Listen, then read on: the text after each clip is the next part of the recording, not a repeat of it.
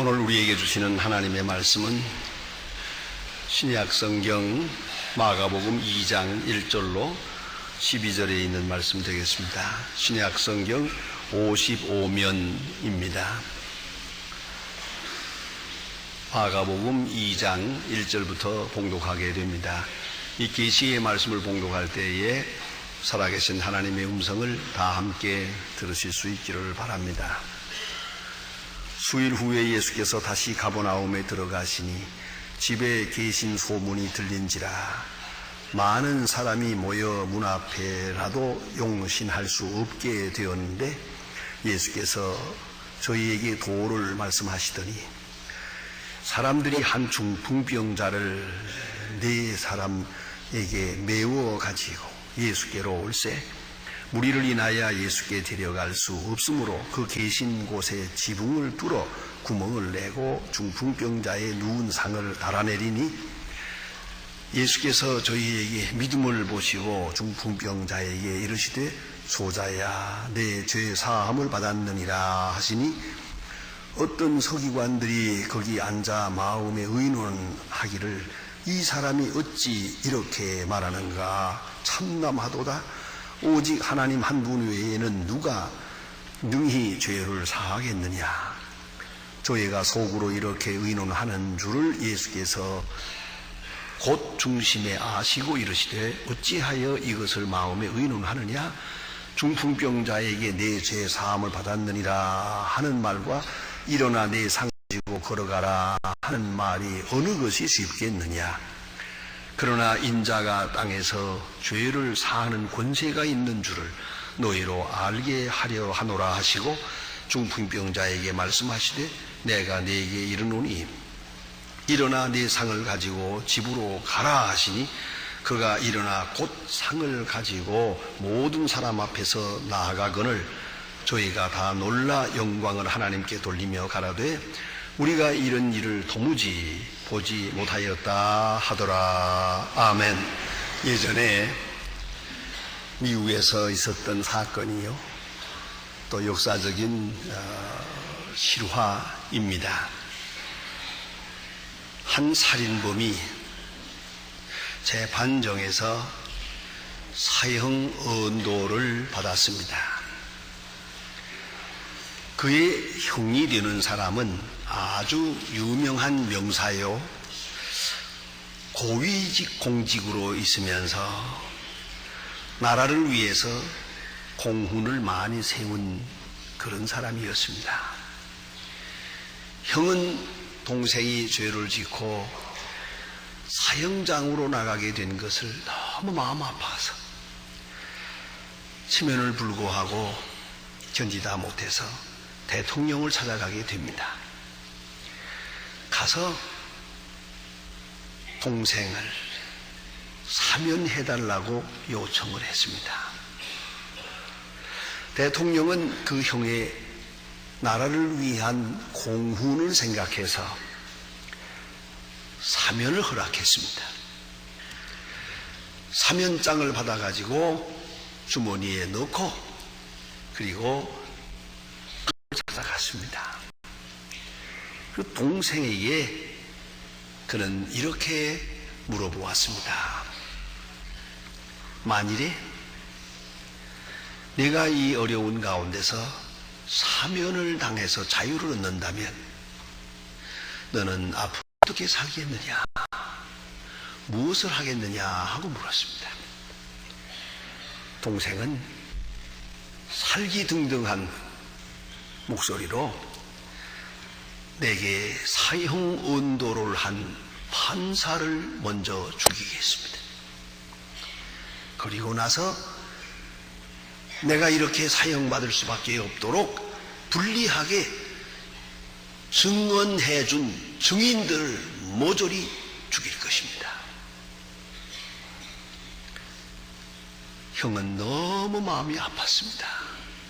아무 말 없이 감옥을 나와서 사면장을 찢어버리고 말았습니다.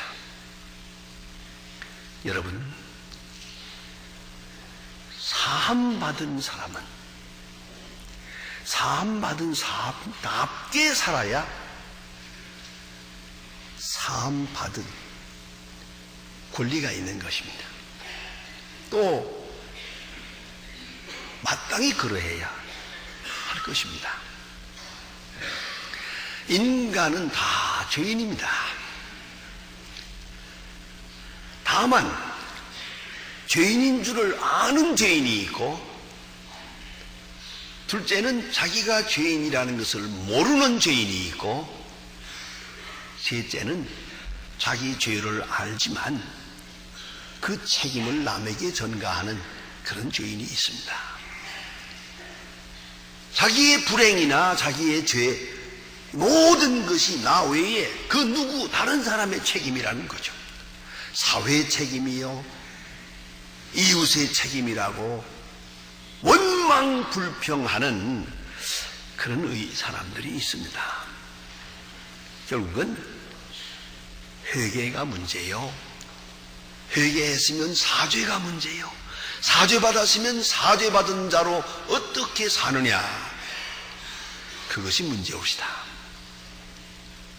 오늘 본문 성경에는 아주 침묵하는 한 사람의 모습이 있습니다. 예수님을 만났지만 또 병고침도 받았지만 처음서부터 끝까지 한마디도 말이 없습니다. 사죄받은 말없는 믿음을 소개합니다. 이 말없는 이 사람의 마음속에 중요한 사건이 이루어지고 있다고 성경은 말씀하고 있습니다. 그에게는 침묵이 있었고, 또 회개가 있었고, 그리고 엄청난 믿음이 있었습니다. 또 그리고 순종이 있었습니다. 그는 예수님 앞에 환자로 나왔습니다만 맥락을 보아서 그는 분명히 친구의 충고로 나온 것 같습니다. 친구가 좋았어요. 영국 사람들의 이 격언에 그런 말이 있습니다. 사람은 미리 말하지 않고도 연락 없이도 아무 때나 방문할 수 있는 친구가 하나는 있어야 한다. 뭐 전화 걸 것도 없고 낮이다 밤이다 가릴 것도 없고 아무 때라도 찾아갈 수 있는, 아무 무슨 말이라도 할 수 있는 그런 친구가 하나는 있어야 한다고 합니다. 오늘 본문에 나타난 이 사람은 친구를 잘 두었어요. 예수의 소문이 쫙 퍼지는데 예수님은 어떤 병이라도 고칠 수 있다, 뭐 그래서 그 친구들이 달려와서 예수님께 가자고 졸란 것 같습니다. 부탁을 했지만은 어떤 이유인지 오늘 본문에 보면 쉽게 갈 수가 없었어요. 침상째 들고 왔다, 그 말은 예수님 앞에 갈 마음은 있는데 가기가 어려웠던 것 같아요. 그만큼 중병이었는지도 모릅니다. 왜냐하면 조금만 건드리면 더 아프고 당장 죽을 것 같이 느껴졌는지도 모릅니다.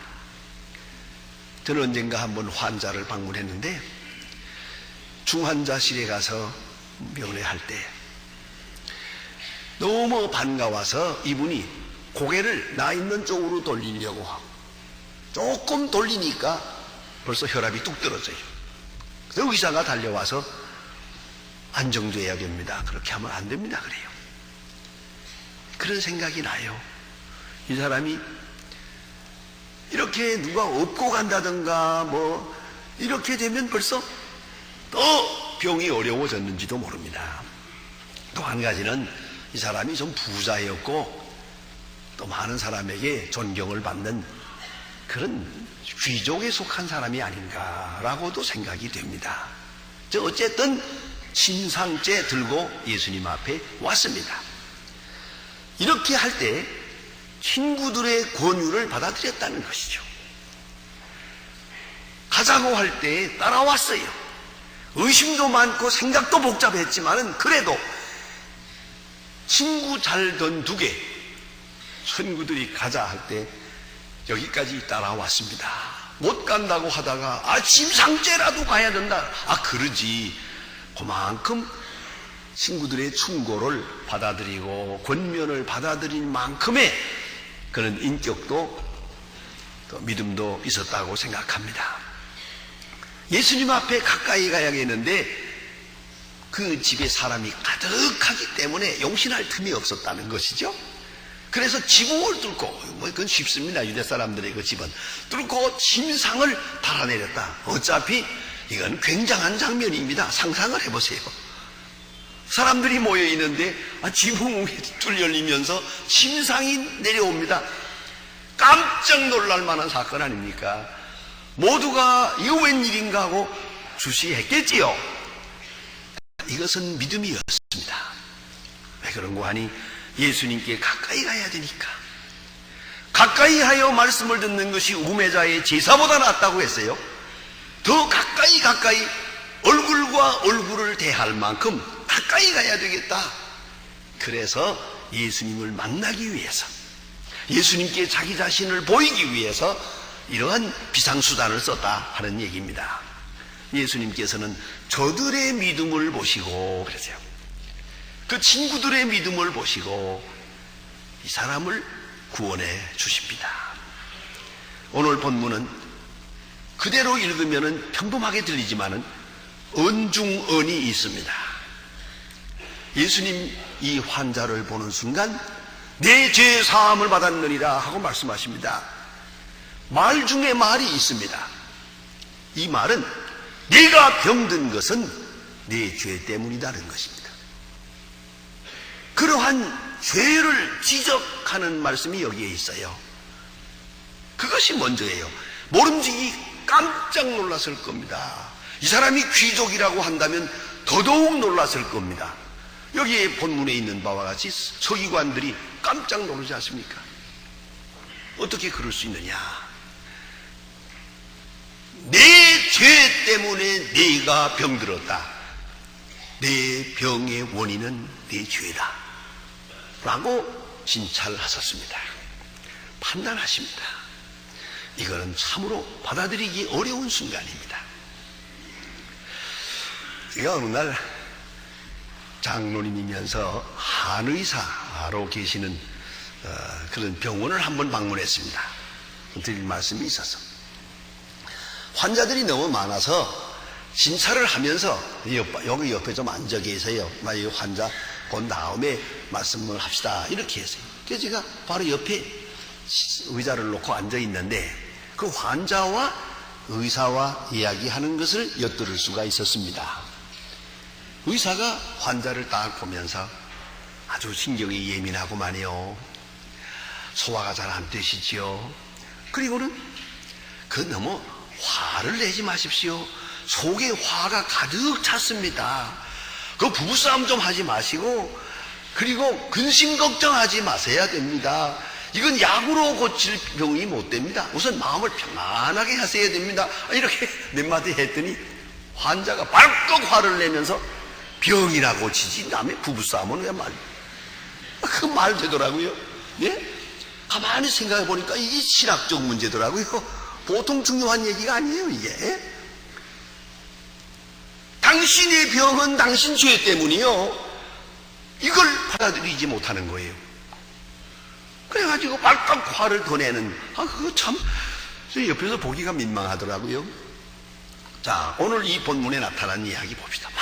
많은 사람들 앞에서 신상을 달아내려서 깜짝 놀랐는데 예수님이 어떡하나 보자 했는데 첫 마디가 네 죄 때문에 네가 병들었느니라. 직선적으로 말씀하시는 거예요. 깜짝 놀라죠. 자, 이제 이 환자가 어떨 것 같습니까? 보통 사람 같으면 나 죽으면 그만 아니야. 왜 남의 죄는 들추는 거요? 안 그렇습니까? 받아들이기 어려운 시간이에요. 그런데 이 사람은 그 예수님의 그 진단을 그대로 받아들입니다. 수용합니다. 북한 말로 말하면 접수했어요. 그대로 접수했어요. 그 이스라엘 랍비들의 교훈에 이런 말이 있습니다. 모든 죄 사함 받기까지는 병 고침을 받을 수 없다. 그 랍비의 교훈도 있습니다. 참으로 어려운 시간입니다. 참 귀한 회개요 믿음입니다. 사람들이 보통 심리학적으로 홀로 있을 때는 내가 잘못했다고 생각을 합니다. 내 잘못이야, 내 잘못이야. 이게 내가 죄를 지었고 이렇게 혼자서 회개하고 혼자서 뉘우칩니다. 많은 누가 내 죄를 지적하면은 변명을 합니다. 아니라고. 그뿐입니까? 이 죄로 인해서 고난을 당하게 되면은 이제는 하나님을 원망합니다. 죄인이 나뿐입니까? 왜 내게 이런 고통을 주십니까? 이게 일상적인 사람들의 생각이거든요. 그뿐 아니라 공개적으로 누가 죄를 고발한다면 가만히 있을 수가 없습니다. 참으로 받아들이기 어렵습니다. 수용하기 어려운 시간입니다. 그러나 오늘 본문에 보는 바와 같이 이 사람은 침묵함으로 수용했습니다. 말이 없어요. 아무 말이 없이 마음속에서부터 그렇습니다. 그것이 사실입니다. 라고 받아들이고 있더란 말이에요. 여러분, 니누의 성 이야기를 알죠? 니누의 성이 죄가 많아서 40일 후에 망한다고 요나 선지를 통해서 선포하게 됩니다. 웬 낯선 사람 하나가 와서 거리 돌아다니면서 너의 성이 40일 후에 망한다 하고 소리 지를 때 니누의 사람들은 그걸 받아들였습니다. 그럼 우리가 죄를 너무 많이 지었지. 이렇게 죄를 짓고는 안 되지. 회개했습니다. 너희는 죄 때문에 망한다 할 때 그걸 받아들였어요. 그 수용이란 이 바로 회개라는 것이에요. 회개는 수없이 한다고 하면서도 벌 받는 건 싫어하거든요. 그건 회개가 아니옵시다. 오늘 이 사람은 진정으로 회개하고 진정으로 믿고 침묵 속에서 예수님의 말씀을 그대로 수용하고 있습니다. 다시 예수님 말씀합니다. 내 죄 사함 받았느니라 할 때 이 사람은 예수님의 사죄권을 인정을 했습니다. 생각해 보세요. 이 아무나 할 수 있는 말이 아닙니다. 오늘 서기관도 말합니다. 하나님 외에 누가 죄를 사하겠느냐? 일상적으로 생각할 수 있는 말입니다. 그러면 네 죄 사함 받았느니라 할 때 이게 처음 만난 사람이 이렇게 말하거든요.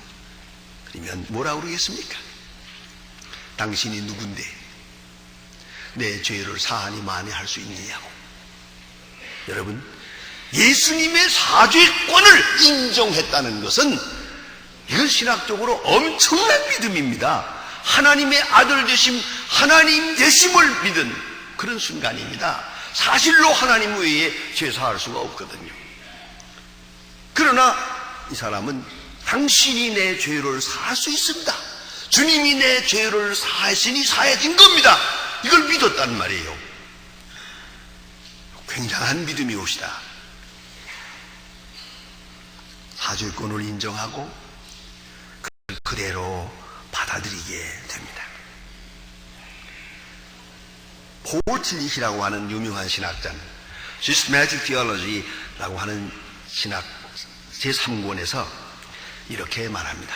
믿음이란 자신이 용납된다는 것을 용납하는 것이다. 자신이 용서받았다는 것을 내가 용서해야 되는 거예요. 하나님은 용서했는데 나는 나를 용서하지 않고 있어요. 그것은 믿음이 아닙니다. 그래서 paradoxical acceptance라고 유명한 말을 합니다. 폴 틸리히의 신학에 다시 2권에서 이렇게 말합니다. 믿음이란 뭐냐? 믿음은 소외를 말한다. 소외당하는 것을 믿음이라고. 죄라는 것은 소외를 말한다. 죄는 어떤 것이냐?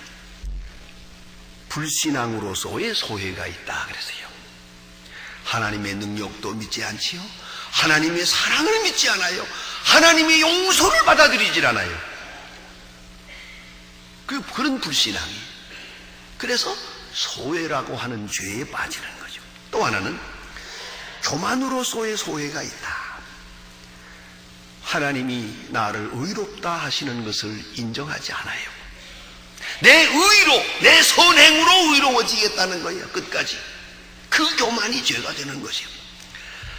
욕망으로서의 소외가 있다라고 말합니다. 자기 집착에 빠져서 영영 아무것도 받아들이질 않아요. 이 사람은 그 죄에서 벗어날 길이 없는 것입니다. 롤로 메이라고 하는 유명한 심리학자는 사랑의 의지라고 하는 책에서 이렇게 말합니다. 사람이 자기 삶의 방향을 찾아가는 데는 세 단계를 거쳐야 합니다. 첫째가 소망입니다. 소망이 없는 자는 소망 없다 그랬어요. 그 유명한 빅터 프랭클이라고 하는 분 있죠. 그런 의사가 있는데 이분은 아우슈비츠에서 그 유명한 악명 높은 강제노동 수용소에서 3년 동안 고생하고 살아남은 그런 경험을 가진 분이 오시다. 그의 책에 이런 말이 있습니다. 일이 너희를 자유케 하리라 하는 악명 높은 표지판을 붙여놓고 그리고 하루에 300g의 빵과 1리틀의 수업을 주고 하루 종일 일을 시키고 어느 때라도 쓰러지면 그대로 가스찬물로 보내서 죽여버렸다. 어떤 사람은 쓰러지고 어떤 사람은 살아남았는데 이상하게도 육체적으로 건강한 사람들이 많이 쓰러지고 비실비실 죽어갈 것 같은 허약한 사람들이 오히려 살아남더라. 결국은 살고 죽고는 어디에 있느냐 하면 그의 마음속에 있는 소망과 믿음이었다라고 말합니다. 소망이 없는 사람은 소망 없어요. 믿음이 없는 사람은 죽어요. 또 하나는 의지라고요. 그 신앙적 의지가 필요해요. 그리고 결단입니다. 신앙적 의지를 위하여 신앙적 결단이 필요해요. 생명을 위하여 버려야 될 것이 많아요. 믿음을 위하여 버려야 될 것을 과감하게 버릴 수 있는 결단이 있어야 비로소 이 어려운 고통에서도 살아남을 수가 있더라는 것이죠. 용서받은 자신을 자기가 사랑하며 그 소중히 여기는 마음이 있어야 합니다. 여러분, 수없이 용서를 위하여 기도합니다. 그러면서도 용서받은 감격을 모릅니다. 그렇기 때문에 영영 밝은 생활을 할 수가 없는 거예요. 회개할 뿐만 아니라 네 죄 사함 받았느니라 하는 말씀과 함께 용서받은 감격이 있어야 새로운 생을 살 수 있어요. 용서받은 나를 알고 나를 사랑하고 용서받은 저를 알고 저를 사랑해야 진정한 사랑이 되는 겁니다. 스폴전 목사님은 이렇게 말합니다. 사람이 하나님 앞에서 할 일은 계산적인 믿음을 가지는 것이 아니라 절대적 믿음을 가지는 것이다. 계산은 하나님이 하시는 것이다. 이 사람을 보세요. 끝까지 말이 없습니다. 그러나 그에게는 믿음이 있었습니다. 그에게는 진정한 회개가 있었습니다. 주님의 말씀을 들을 만한 겸손이 있었습니다. 그리고 용서받은 자신에 대한 감사가 있었습니다. 그러기에 오늘 성경에 보면 일어나라 할 때 벌떡 일어났습니다. 그리고 새로운 출발을 합니다. 일어나라는 말씀에 그런 순종하여 일어나서 새로운 생의 장을 열게 됩니다. 여러분,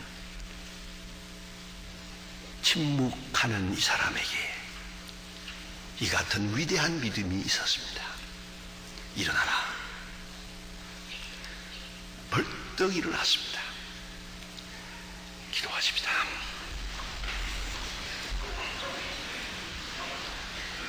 하나님 아버지, 항상 은혜 가운데 사나 은혜를 모르고 우리가 하나님 앞에 용서를 구하면서 용서받은 줄을 모르고 사는 저희들입니다. 불쌍히 여겨 주시옵소서. 가버나움에 있었던 한 중풍병 환자와 같이 말이 없으나 믿음이 있고 아무 응답이 없는 것 같으나 그 속에 진실한 회개가 있었기에, 그리고 참 순종이 있었기에 자기를 차고 벌떡 일어난 것 같은 그런 위대한 생명력이 우리 가운데 있고, 그 위대한 역사가 우리에게도 있게 하여 주시옵소서. 예수님의 이름으로 기도합니다. 아멘.